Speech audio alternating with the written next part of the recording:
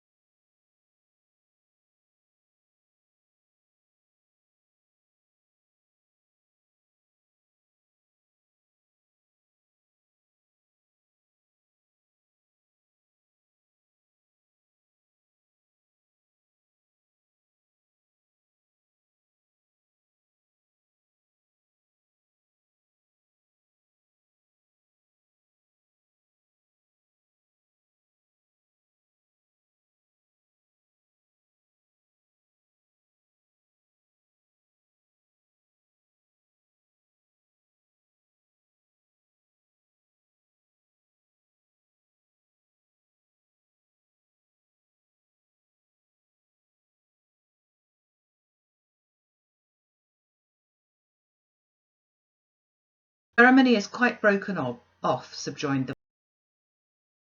condition to prove my allegation. An insuperable impediment to this marriage exists. Mr. Rochester heard, but heeded not. He stood stubborn and rigid, making no movement but to possess himself of my hand. What a hot and strong grasp he had, and how like quarried marble was his pale, firm, massive front at this moment. How his eyes shone, still, watchful, and yet wild beneath. Mr. Wood seemed at a loss. "What is the nature of the impediment?" he asked. "Perhaps it may be got over, explained away." "Hardly," was the answer. "I've called it insuperable, and I speak advisedly." The speaker came forwards and leaned on the rails. He continued, uttering each word distinctly, calmly, steadily, but not loudly.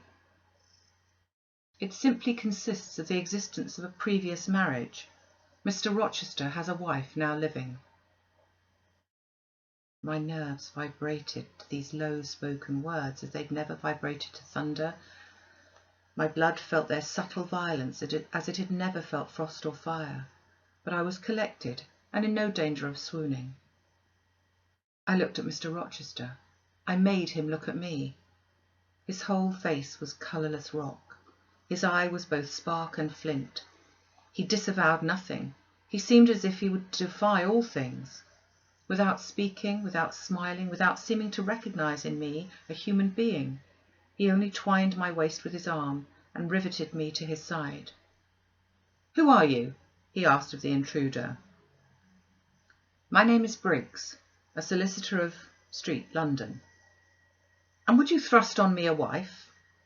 "I would remind you of your lady's existence, sir, which the law recognises, if you do not." "Favour me with an account of her, with her name, her parentage, her place of abode."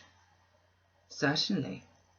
Mr. Briggs calmly took a paper from his pocket and read out in a sort of official nasal voice, "I affirm and can prove that on the 20th of October, A.D., a date of 15 years back, Edward Fairfax Rochester of Thornfield Hall in the county of, and of Ferndean Manor in Shire, England, was married to my sister, Bertha Antoinette Mason, daughter of Jonas Mason, merchant, and of Antoinette, his wife, a Creole, at Church, Spanish Town, Jamaica. The record of the marriage will be found in the register of that church. A copy of it is now in my possession. Signed, Richard Mason."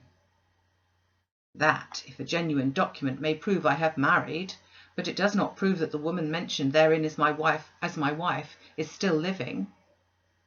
"She was living 3 months ago," returned the lawyer. "How do you know?" "I have a witness to the fact, whose testimony even you, sir, will scarcely controvert." "Produce him, or go to hell." "I will produce him first. He is on the spot. Mr. Mason, have the goodness to step forward." Mr. Rochester, on hearing the name, set his teeth. He experienced, too, a sort of strong, convulsive quiver.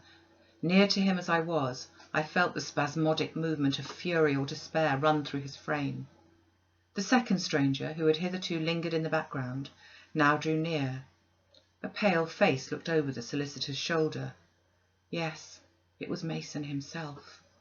Mr. Rochester turned and glared at him. His eye, as I have often said, was a black eye. It had now a tawny, nay, a bloody light in its gloom, and his face flushed. Olive cheek and hueless forehead received a glow as from spreading, ascending heart-fire. And he stirred, lifted his strong arm. He could have struck Mason, dashed him on the church floor, shocked by the ruthless blow that breath from his body. But Mason shrank away and cried faintly, "Good God!" Contempt fell cool on Mr. Rochester. His passion died as if a blight had shrivelled it up. He only asked, "What have you to say?" An inaudible reply escaped Mason's white lips. Excuse me. "The devil is in it if you cannot answer distinctly. I again demand, what have you to say?" "Sir, sir," interrupted the clergyman, "do not forget you are in a sacred place." Then, addressing Mason, he inquired gently, "Are you aware, sir, whether or not this gentleman's wife is still living. Courage, urged the lawyer. Speak out. She is now living at Thornfield Hall, said Mason, in more articulate tones. I saw her there last April. I am her brother. At Thornfield Hall? Ejaculated the clergyman. Impossible. I'm an old resident in this neighbourhood, sir, and I've never heard of a Mrs Rochester at Thornfield Hall. I saw a grim smile contort Mr Rochester's lip, and he muttered, No, by God, I took care that none should hear of it, or of her under that name. He mused for 10 minutes. He held counsel with himself. He formed his resolve, and announced it. Enough. All shall bolt out at once, like the bullet from the barrel. Wood, close your book, and take off your surplice. John Green, to the clerk, leave the church. There will be no wedding today. The man obeyed. Mr Rochester continued, hardly and recklessly. Bigamy is an ugly word. I meant, however, to be a bigamist, but fate has outmanoeuvred me, or Providence has checked me, perhaps the last. I am little better than a devil at this moment, and as my pastor there would tell me, deserve no doubt the sternest judgments of God, even to the quenchless fire and deathless worm. Gentlemen, my plan is broken up. What the lawyer and his client say is true. I have been married, and the woman to whom I was married lives. You say you never heard of a Mrs Rochester at the house up yonder wood, but I dare say you have many a time inclined your ear to gossip about the mysterious lunatic kept there under watch and ward. Some have whispered to you that she is my bastard half-sister, some my cast-off mistress. I now inform you that she is my wife, whom I married 15 years ago. Bertha Mason by name, sister of this resolute personage, who is now, with his quivering limbs and white cheeks, showing you what a stout heart men may bear. Cheer up, Dick. Never fear me. I'd almost as soon strike a woman as you. Bertha Mason is mad, and she came of a mad family, idiots and maniacs through 3 generations. Her mother, the Creole, was both a madwoman and a drunkard. I found out after I'd wed the daughter, for they were silent on family secrets before. Bertha, like a dutiful child, copied her parent in both points. I had a charming partner, pure, wise, modest. You can fancy I was a happy man. I went through rich scenes. Oh, my experience has been heavenly, if only you knew it. But I owe you no further explanation. Briggs, Wood, Mason, I invite you all to come up to the house and visit Mrs Poole's patient and my wife. You shall see what sort of a being I was cheated into espousing, and judge whether or not I had a right to break the compact and seek sympathy with something at least human. This girl, he continued, looking at me, knew no more than you. Wood of the disgusting secret. She thought all was fair and legal, and never dreamt she was going to be entrapped into a feigned union with a defrauded wretch already bound to a bad, mad, and imbruted partner. Come, all of you, follow.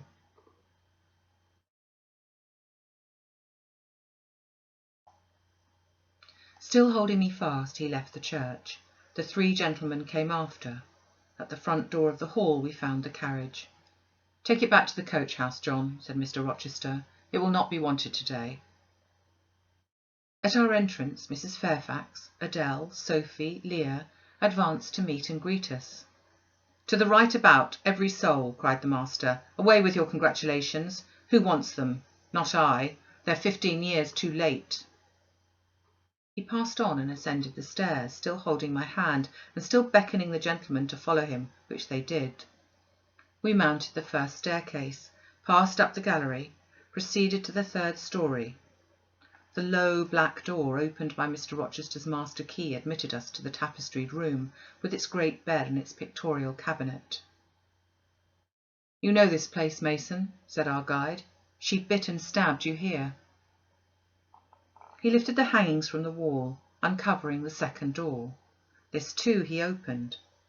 In the room, without a window, there burnt a fire guarded by a high and strong fender, and a lamp suspended from the ceiling by a chain. Grace Poole bent over the fire, apparently cooking something in a saucepan. In the deep shade in the further end of the room, a figure ran backwards and forwards. What it was, whether beast or human being, one could not at first sight tell. It grovelled seemingly on all fours. It snatched and growled like some strange wild animal. But it was covered with clothing, and a quantity of dark grizzled hair, wild as a mane, hid its head and face. "Good morrow, Mrs. Poole," said Mr. Rochester. "How are you? And how is your charge to-day?" "We're tolerable, I thank you, sir," replied Grace, lifting the boiling mess carefully onto the hob. "Rather snappish, but not rageous." A fierce cry seemed to give lie to her favourable report. The clothed hyena rose up and stood tall on its hind feet. "Aye, sir, she sees you," exclaimed Grace. "You'd better not stay." "Only a few moments, Grace. You must allow me a few moments." "Take care then, sir. For God's sake, take care." The maniac bellowed. She parted her shaggy locks from her visage and gazed wildly at her visitors. I recognised well that purple face, those bloated features. Mrs. Poole advanced. "Keep out of the way," said Mr. Rochester, thrusting her aside. "She has no knife now, I suppose, and I'm on my guard." "One never knows what she has, sir. She's so cunning. It is not in mortal discretion to fathom her craft." "We'd better leave her," whispered Mason. "Go to the devil," was his brother-in-law's recommendation. "Where?" cried Grace. 3 gentlemen retreated simultaneously. Mr. Rochester flung me behind him. The lunatic sprang and grappled his throat viciously and laid her teeth in his cheek. They struggled. She was a big woman in stature, almost equalling her husband, and corpulent besides. She showed virile force in the contest. More than once she almost throttled him, athletic as he was. He could have settled her with a well-planted blow, but he would not strike. He would only wrestle. At last he mastered her arms. Grace Poole gave him a cord, and he pinioned them behind her. With more rope which was at hand, he bound her to a chair. The operation was performed amongst the fiercest yells and the most convulsive plunges. Mr. Rochester then turned to the spectators. He looked at them with a smile both acrid and desolate. "That is my wife," said he. "Such is the sole conjugal embrace I am ever to know. Such are the endearments which are to solace my leisure hours. And this is what I wish to have," laying his hand on my shoulder. "This young girl who stands so grave and quiet at the mouth of hell, looking collectedly at the gambols of a demon. I wanted her just as a change after that fierce ragout. Wood and Briggs, look at the difference. Compare these clear eyes with the red balls yonder, this face with that mask, this form with that bulk. Then judge me, priest of the gospel and man of the law, and remember with what judgment ye judge, ye shall be judged. Off with you now. I must shut up my prize." We all withdrew. Mr. Rochester stayed a moment behind us to give some further order to Grace Poole. The solicitor addressed me as he descended the stair. "You, madam," said he, "are cleared from all blame. Your uncle would be glad to hear it, if indeed he should be still living, when Mr. Mason returns to Madeira." "My uncle? What of him? Do you know him?" "Mr. Mason does. Mr. Eyre has been the Funchal correspondent of his house for some years. When your uncle received your letter intimating the contemplated union between yourself and Mr. Rochester, Mr. Mason, who was staying at Madeira to recruit his health on his way back to Jamaica, happened to be with him. Mr. Eyre mentioned the intelligence, for he knew that my client here was acquainted with a gentleman of the name of Rochester. Mr. Mason, astonished and distressed, as you may suppose, revealed the real state of matters. Your uncle, I'm sorry to say, is now on a sick-bed, from which, considering the nature of his disease, decline, and the stage it has reached, it is unlikely he will ever rise. He could not then hasten to England himself to extricate you from the snare into which you'd fallen, but he implored Mr. Mason to lose no time in taking steps to prevent the false marriage. He referred him to me for assistance. I used all dispatch, and am thankful I was not too late, as you doubtless must be also. Were I not morally certain that your uncle will be dead ere you reach Madeira, I would advise you to accompany Mr. Mason back. But as it is, I think you'd better remain in England till you can hear further, either from him or of Mr. Eyre. Have we anything else to stay for?" he inquired of Mr. Mason. No, let us be gone," was the anxious reply. Without waiting to take leave of Mr Rochester, they made their exit at the hall door. The clergyman stayed to exchange a few sentences, either of admonition or reproof, with his haughty parishioner. This duty done, he too departed. I heard him go as I stood at the half door of my own room, to which I had now withdrawn. The house cleared, I shut myself in, fastened the bolt that none might intrude, and proceeded, not to weep, not to mourn, I was yet too calm for that, but, mechanically, to take off the wedding dress and replace it by the stuff gown I'd worn yesterday, as I thought, for the last time. I then sat down. I felt weak and tired.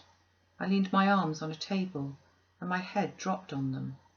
And now I thought. Till now I'd only heard, seen, moved, followed up and down where I was led or dragged, watched event rush on event, disclosure open beyond disclosure. But now I thought. The morning had been a quiet morning enough, all except the brief scene with the lunatic. The transaction in the church had not been noisy. There was no explosion of passion, no loud altercation, no dispute, no defiance or challenge, no tears or sobs. A few words had been spoken. A calmly pronounced objection to the marriage made, some stern short questions put by Mr Rochester, answers, explanations given, evidence adduced, an open admission of the truth had been uttered by my master, and the living proof had been seen. The intruders were gone, and all was over. I was in my own room as usual, just myself, without obvious change. Nothing had smitten me, or scathed me, or maimed me. And yet where was the Jane Eyre of yesterday? Where was her life? Where were her prospects? Jane Eyre, who'd been an ardent, expectant woman, almost a bride, was a cold, solitary girl again. Her life was pale, her prospects were desolate. A Christmas frost had come at midsummer, a white December storm had whirled over June. Ice glazed the ripe apples, drifts crushed the blowing roses. On hayfield and cornfield lay a frozen shroud. Lanes which last night blushed full of flowers, today were pathless with untrodden snow, and the woods, which 12 hours since waxed leafy and fragrant as groves between the tropics, now spread, waste, wild and white as pine forests in wintry Norway. My hopes were all dead, struck with a subtle doom, such as, in one night, fell on all the firstborn in the land of Egypt. I looked on my cherished wishes, yesterday so blooming and glowing. They lay stark, chill, livid corpses that could never revive. I looked at my love, that feeling which was my master's, which he had created. It shivered in my heart like a suffering child in a cold cradle. Sickness and anguish had seized it. It could not seek Mr Rochester's arms. It could not derive warmth from his breast. Never more could it turn to him, for faith was blighted, confidence destroyed. Mr Rochester was not to me what he had been, for he was not what I had thought him. I would not ascribe vice to him, I would not say he had betrayed me, but the attribute of stainless truth was gone from his idea, and from his presence I must go. That I perceived well. When, how, whither, I could not yet discern, but he himself, I doubted not, would hurry me from Thornfield. Real affection, it seemed, he could not have for me. It had only been fitful passion. That was bought. He would want me no more. I should fear even to cross his path now. My view must be hateful to him. Oh, how blind had been my eyes! How weak my conduct! My eyes were covered and closed. Eddying darkness seemed to swim round me, and reflection came in as black and confused a flow. Self-abandoned, relaxed and effortless, I seemed to have laid me down on the dried-up bed of a great river. I heard a flood loosened in remote mountains, and felt the torrent come. To rise I had no will, to flee I had no strength. I lay faint, longing to be dead. One idea only still throbbed lifelike within me, a remembrance of God. It begot an unmuttered prayer. These words went wandering up and down in my rayless mind as something that should be whispered, but no energy was found to express them. Be not far from me, for trouble is near. There is none to help. It was near, and as I had lifted no petition to heaven to avert it, as I had neither joined my hands, nor bent my knees, nor moved my lips, it came. In full, heavy swing the torrent poured over me. The whole consciousness of my life, lorn, my love lost, my hope quenched, my faith death-struck, swayed full and mighty above me in one sullen mass. That bitter hour cannot be described. In truth, the waters came into my soul. I sank in deep mire. I felt no standing. I came into deep waters. The floods overflowed me.